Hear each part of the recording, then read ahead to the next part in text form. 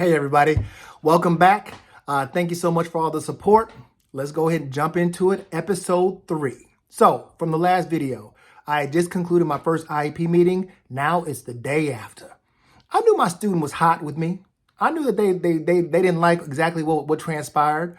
They definitely didn't appreciate what I said. I didn't even know what I was going to say. It just came out because I just had compassion for the student, but I also knew that they weren't trying as hard as they could. They weren't showing, I think the amount of effort. So I get into the classroom the next morning. I speak to everyone like I always do. I go to my students, say, hey, how you doing? I expected it, right? So I go around still talking to everybody. There was a couple young ladies in there, and like one, I knew that she had a lot of lotions. She was always, doing herself up and everything. So I remember I said, hey, can I get some of your lotion?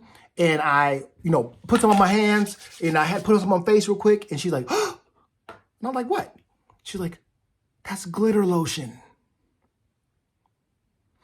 That got my students' attention. I saw a smile. Keep in mind, I looked like solid gold. I was shining. And side note, it takes a lot for glitter to get out of your face and in your hair. When I had hair at the time, I had a little bit of hair, but it takes a lot.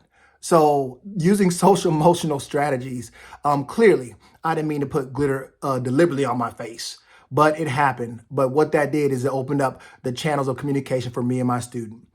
When we finally, came together, I explained to them that I just wanted the best, and I saw that they could just do a little bit more in class. So I said, this is what we're going to do. We're going to devise a plan. Instead of me sitting right next to you, I'm going to sit behind you.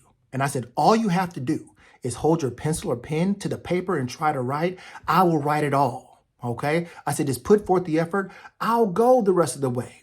Like naturally, if they tried 30%, then I would naturally go 70%. Okay, so first day this is going to happen. First 3 classes, it went beautifully. Now, granted, it wasn't too many notes to be had, but every time notes were available, they tried their best, and I wrote the notes happily. Then we got to 6th period. 6th period, toward the end of the day, you know how it is with school. Kids get antsy. It's harder to keep their attention. So in 6th period, started taking notes, but I saw my student put their pen down and pencil and just started chilling, started looking around.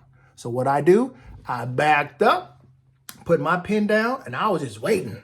I was just waiting. I knew we were going to lock eyes. They're just looking around the room, looking. Then we lock eyes because I'm behind them. And they're like, oh, what? And I'm like, and they picked up their pen and pencil and started again. And I was like, yes. So even though we had a rocky moment, we had an agreement that if you try, I will, go harder and feel good about it. So using social emotional tactics, like I said, my plan was not to have glitter on my face. It's nothing like walking up and down the hallway with glitter in front of high school kids. But everyone was nice, at least to my face. So went home that night, felt great about it. We actually built upon that, meaning that any effort shown, I would go ahead and take the reins. Well, that was like the last week of school. So we actually ended the school year very strong. And so before coming back for the next year, I first went to Walmart and got a wrist brace, the ones that you can get, because I wasn't going to have my wrist broken or falling off like I had beforehand. So I actually prepared myself. But I was actually looking forward to this year because we had a plan. And with that plan had a different energy. It had accountability. Also, it had perseverance. So for my teachers out there, you have to connect with the kids in a way, and you have to relate with them, because once you relate, then you can go to the moon together.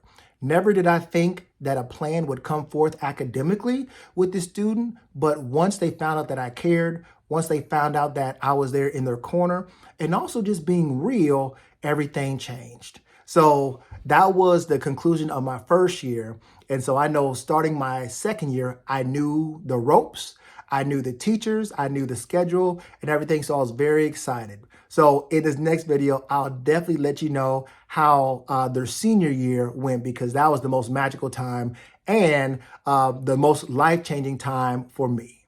Hope you enjoyed the video. Stay tuned next time. Thank you. Bye-bye.